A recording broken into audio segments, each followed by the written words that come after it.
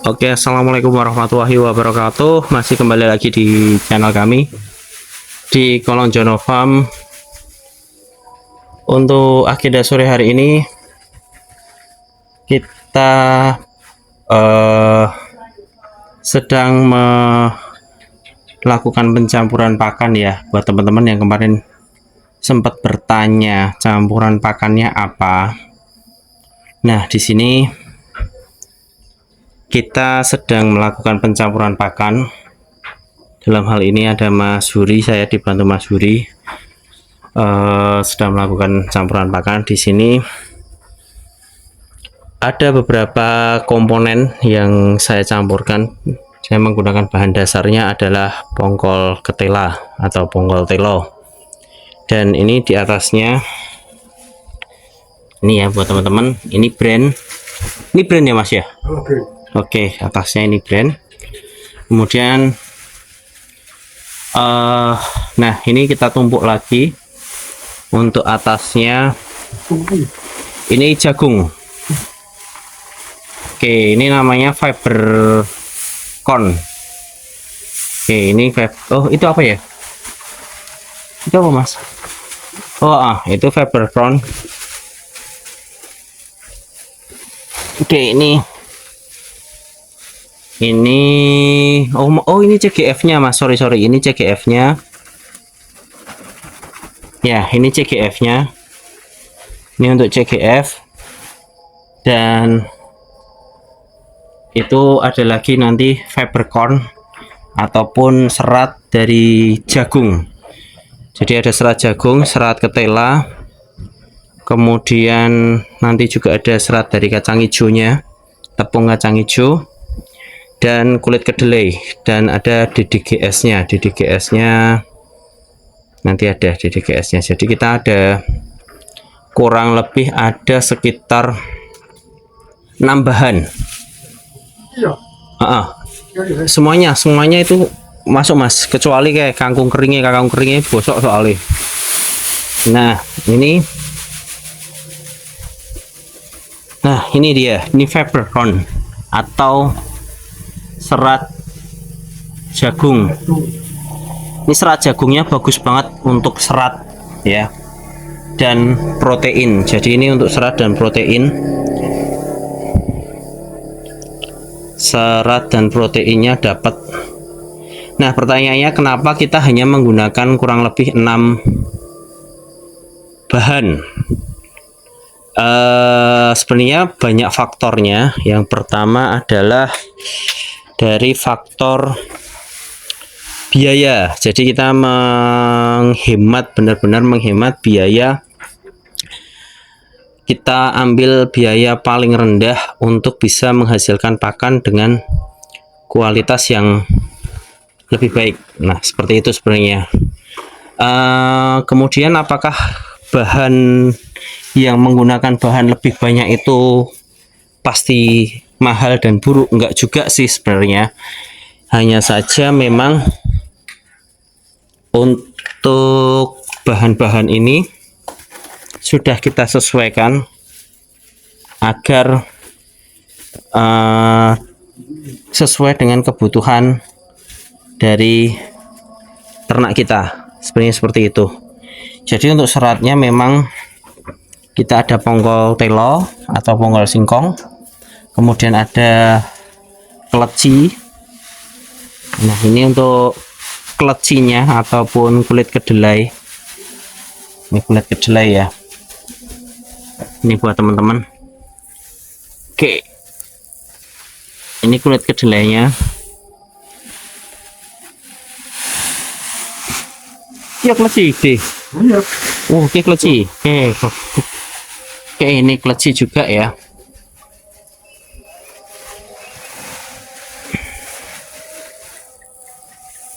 Cuman ini kelecinya memang tidak begitu bagus karena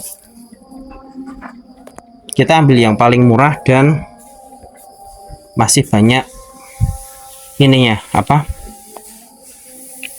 batangnya. Nah, nggak apa-apa, nih nanti batangnya bisa kita sisihkan, dan biasanya dombanya juga tidak dimakan ya kalau batangnya terlalu besar seperti ini. ya apa-apa, tapi so far aman lah. Nanti kita campur. Jadi memang pencampuran ini bermacam-macam ya. Wih, nah ini untuk yang ini adalah DDGS. DDGS ini kedelai ya, ini dari kedelai itu nganu deh, apa namanya, kacang hijau. Ya. DDGS kacang hijau. Kacang hijaunya ada 2 deh, yang satu itu rong bungkus.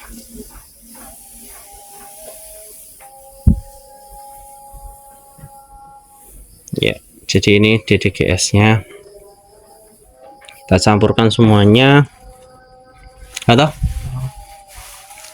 nah ini adalah tepung kacang hijau loro kae sing siji wis buahan.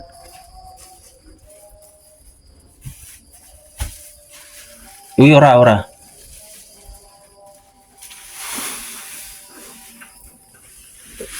Nah, ini adalah untuk tepung kacang hijaunya.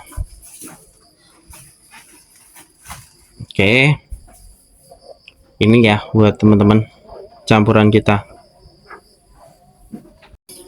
Ya, ini ya kita campur semuanya. Jadi yang terpenting adalah ada seratnya, ada proteinnya, ada karbohidratnya, ada mineralnya, dan ada vitaminnya. Sebenarnya itu aja. Jadi kita ambil harga paling murah dan paling mudah didapat, dengan hasil yang kita harapkan juga lebih bagus atau lebih maksimal seperti itu.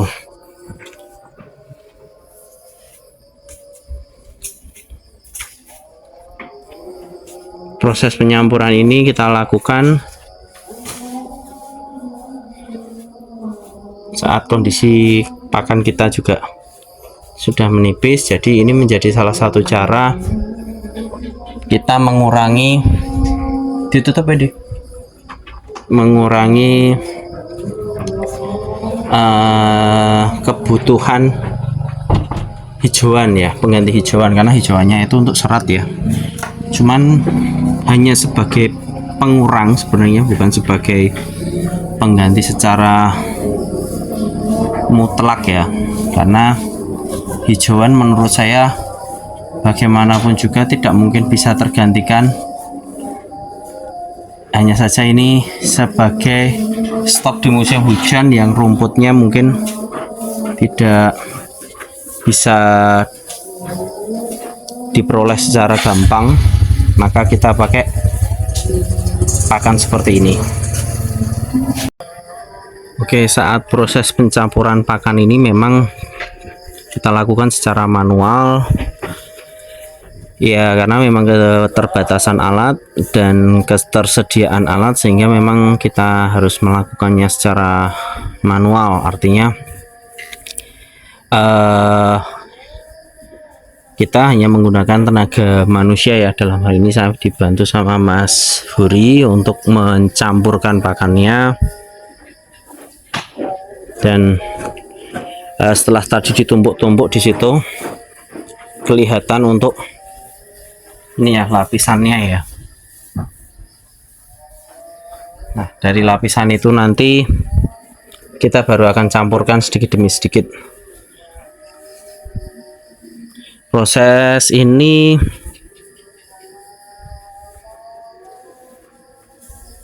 memakan waktu yang mungkin kalau misalnya dengan kondisi jumlah pakan yang cukup banyak cukup lama ya, tapi ya mau gimana lagi. Buat teman-teman, mungkin pertanyaannya adalah pakan ini dijual enggak? Untuk sejauh ini kita meramu makanan ini atau pakan ini sebatas untuk keperluan pribadi kita, sehingga memang belum kita komersilkan. Dan hasilnya bagaimana? Hasilnya ya mungkin bisa dilihat di kandang ya, dombanya seperti apa, atau mungkin di konten-konten kami, domba-domba kami sejauh mana beratnya, posturnya. Jadi memang saya sudah cukup lama menggunakan konsep ini dari pertama kali ternak. Jadi menurut saya tidak ada alasan bahwa ternak itu sulit sebenarnya, tapi hanya kita mau ego atau enggak, atau bahasanya kita mau kreatif enggak.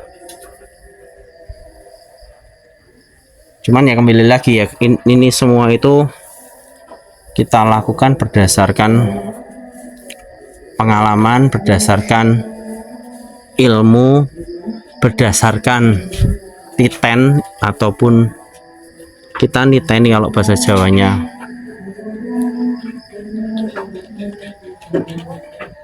Oke ya buat teman-teman.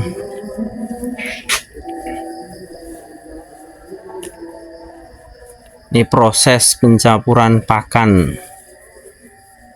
Ini bisa diberikan secara garingan ataupun kering. Bisa juga dicampur dengan air nantinya, atau berupa comboran. Intinya adalah yang penting dombanya termakan, itu aja sih. Nih dari kami ya. Prinsipnya seperti itu.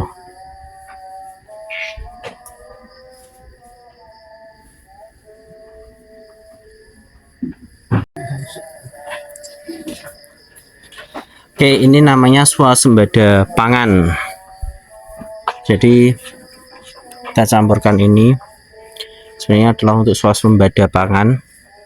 Jadi kalau sebenarnya kalau di luar negeri model-model pakan seperti ini tuh sudah sangat dikembangkan ya di luar negeri ya, karena di sana mungkin mereka dituntut untuk ya iklimnya tidak sebagus tempat kita, sumber daya alamnya tidak sebagus tempat kita, kemudian banyak hal lah akhirnya yang harus menuntut mereka untuk bisa mandiri swasembada pangan. Nah tinggal sebenarnya kita itu diuntungkan dengan wilayah agraris yang sumber daya alamnya bagus, kemudian teknologinya juga selalu berkembang. Hanya kita mau belajar atau enggak sih sebenarnya. Kembali lagi ke sektor pakannya. Ini sektor pakannya kenapa kita hanya pakai 6 komponen, yaitu tadi ya, kembali lagi hanya masalah biaya. Kemudian kita merujuk pada komponennya artinya gini, yang dibutuhkan di dalam domba itu protein, karbohidrat, vitamin, mineral. Nah serat ya, yang penting serat. Selama itu sudah tercapai bagi saya selesai, nggak ada masalah ya. Kalaupun campuran itu menjadi banyak, itu sebenarnya hanya masalah lebih mau ditingkatkan di sektor apanya. Kedua, mungkin ada beberapa bahan pakan yang harganya satu lebih tinggi, yang satu lebih murah. Mungkin yang harganya lebih murah akan mengcover dengan harga yang lebih tinggi, sehingga nanti didapatkan hasil pakan yang harganya relatif bisa lebih terjangkau. Nah untuk sektor-sektor pakan itulah ini kita ambil dengan harga-harga yang mungkin masih standar atau di bawah standar, yang kita campur sehingga nanti untuk angka yang dihasilkan per kilonya juga tidak tinggi. Kalau kemarin saya hitung di perhitungan kalkulasi saya untuk satu pakan ini ya, satu pakan ini per kilonya jatuhnya sekitar HPP saya itu sekitar 4.000, jadi 3.000 sekian lah, 4.000 kurang sedikit. Nah artinya menurut saya ini menjadi salah satu alternatif bagi saya yang cukup menarik, daripada saya menggunakan pakan yang harganya mahal. Kalau kita bisa menyampurkan sendiri, tidak ada salahnya, tidak ada kelirunya, dan tidak ada bahasa saya, tidak ada kerugiannya lah untuk kita bisa swasembada pangan di sini. Jadi buat teman-teman, yuk berkreasi, yuk berinovasi sehingga kita bisa menciptakan sesuatu hal yang lebih menarik lagi, sesuatu hal yang lebih baru lagi. Seperti itu sih, dan ini juga hanya berdasarkan pengalaman saya, pengamatan saya, karena saya juga bukan ahli gizi, saya bukan bekerja di kedokteran ataupun pendidikan kedokteran maupun dari peternakan, tetapi ini hanya berdasarkan dari pengalaman, pengamatan, dan dari para ahli yang sudah menjalankan itu, kita ambil ilmunya seperti itu.